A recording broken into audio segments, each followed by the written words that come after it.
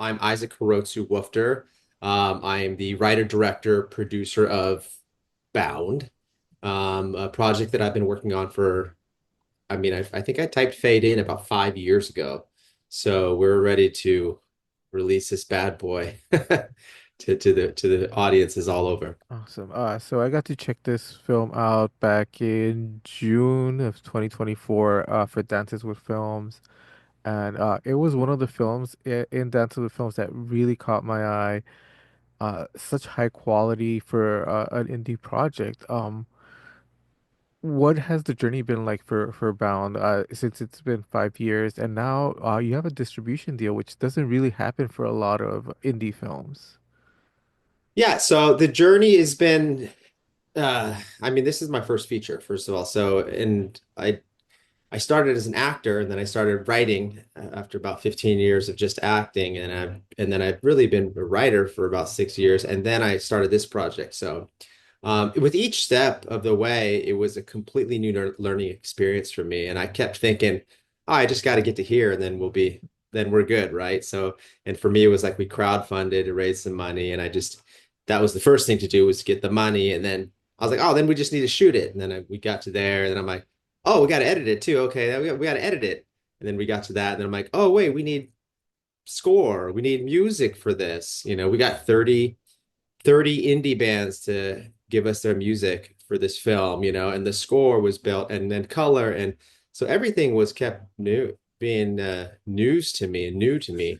And then once the film was done, I'm like, oh, now we got to learn how to get a film into a festival because it's very, very hard if you're for a first time filmmaker, um, unless your uncle owns the festival or whatever, it's really hard. There's so many festivals and so much content being created. Mhm. So then there was that process. And then there was the distribution process that I started learning about after that and the marketing and everything like that. So it's been quite the journey.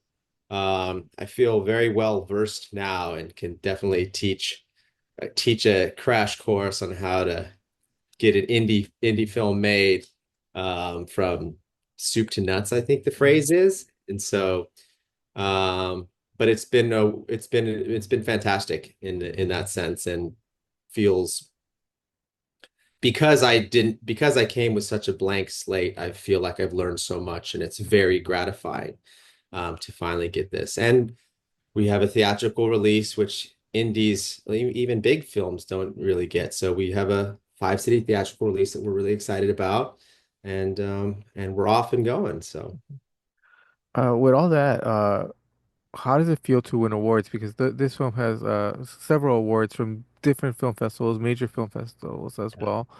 So how vindicating does it feel to not just have the film be out there and in the distribution deal, but have all these awards as well? Yeah, we've been very blessed with that. I didn't even think about that because some of these Dances with Films has 200 plus films. Mhm. Newport Beach has 250 film. They're huge. Um, it feels great. Um, and I'm not surprised that for certain things that to get awards like some of the acting and the ensemble, I think is just really incredible. Um, but yeah, it is. If it I didn't expect it, especially on a couple of times we were up against some like really big studio films with very recognizable big name actors, and I'm sitting next to them and I'm like, oh, this one's gonna sweep all the awards at this festival. And then we end up leaving with three, almost as many as they did. And I was just like, wow, this is crazy. Okay, so some people actually do look for the quality of the film Mhm. and the quality of the story, not just who's in it and who's recognizable. So that's it's a good feeling.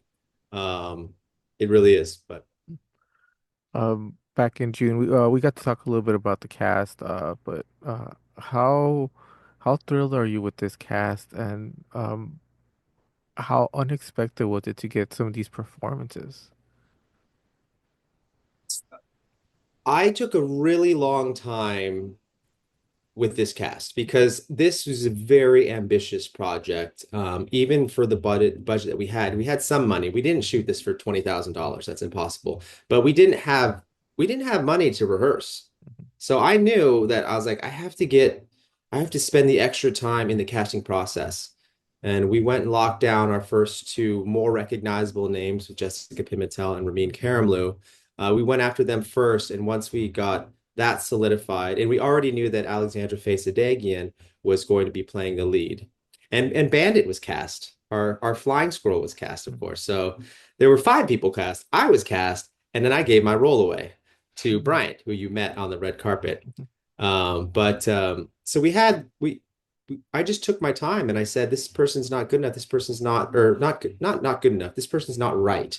We saw a lot of talented people, but I knew that we weren't going to have the time to like really develop and spend so much time with certain particular things about each character. And I had to get people who are talented that are very similar like that, and that I believed and understood what they were doing. We saw over 100 people for some parts, and there were two that it was really hard to cast. One was Bryant Carroll, who plays Gordy, and one was Yeva Puya Moseni, who plays Yeva. Those two roles were very difficult to cast to find anybody. When I saw both of them, I cried because I was relieved and saw them actually bring the character to life that I had envisioned. And also because I knew I was going to give this role away to Bryant, that I really was excited to play for myself. So that was probably some of the reason for the tears, for Bryant at least.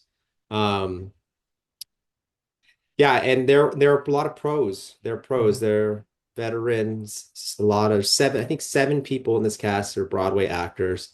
I knew because of the lack of I knew because of how demanding the roles were and how much I was going to ask from these actors with zero to 10 minutes of rehearsal time. I needed to get pros, Mhm. and I did. And I can't they make this thing come to life, and they, you know. Definitely. And New York is shown in a little bit different light than it usually is. It's not just the big city. You have several different locations that are quite unique to this film. What was it like scouting this, and were these always your first choices for locations? Uh Scouting was is something that I don't know if I'll ever want to do again. I hope one day I have the budget to be like, hey guys, bring me 10 options. We didn't have that. I probably saw 75 bars before I found the one that we used. Um, One fun fact, we shot mostly in New Jersey to look like New York. Mm. We wanted to utilize the New Jersey tax credit, and you have to shoot as much as you can. So a lot of the locations, almost all of them were in New York, in New Jersey, and then we would shoot with a skeleton crew some outside shots of New York City. Um, so that was it was an intense process. We got really lucky a few times. The bar was definitely the hardest one to find, and then we had to get really creative. So like when we were shooting in Central Park, a skeleton crew got some shots of Central Park. But I couldn't find a place anywhere in New Jersey that had like something like a river or anything like that. And I didn't want to have to actually buy a permit for a park. So I looked up Airbnbs near water, and then we would get that, and that way the cast and the crew can stay at the Airbnb, so we didn't have to get hotels, Mhm. and then we would use their property and shoot it in a way where it was like, oh, this is Central Park. And so you have to get very creative with it, with the with the lower budgets. Definitely. For an indie director, especially a first-time indie director, you have to be very collaborative and willing to be very flexible. Was that difficult as a first-time director for you, or were you always going in there knowing that this was going to be very collaborative? You had to listen to, not just to your cast, but also to your director of photography and everybody else in order to get as high a quality film as it ended up being. I mean, I come from like a ensemble-based collaborative theater background, so I enjoy it, and I know that sometimes just because we're butting heads, Hmm. it's not because we don't like each other. It's because there's hopefully it's two people with strong opinions about something that and reasoning behind it. Oftentimes, it's just someone that thinks they know everything when they really don't. Then that's trouble. But if it's people that are professionals that are skilled and have good experience and reasoning why they really believe in something, I have no problem with that. And so I told everybody straight up, I said, look, I have the final say, but I am going to take the best idea in the room as long as it fits in the world that we've created and it makes sense that this character would do something or this kind of thing would happen in this story, you know. As long as it stays in the world and it's a better idea than I have no problem taking it. You just got to present your argument and win it with me. Mhm. And it was my job then to just make sure that we stayed within the world that we wanted to create. And every actor, when it comes to the actors, every actor is different. Mhm. Some people, there are actors that said every word exactly like it was. There's some people that wanted to improvise for a little bit. And I would say, yeah, that's fine. Let's do that. Improvise for a little bit. I'd say, sometimes I wouldn't call action. I would just tell the DP, I'm like, go ahead and start rolling. Mhm. I don't need them to know that we're rolling.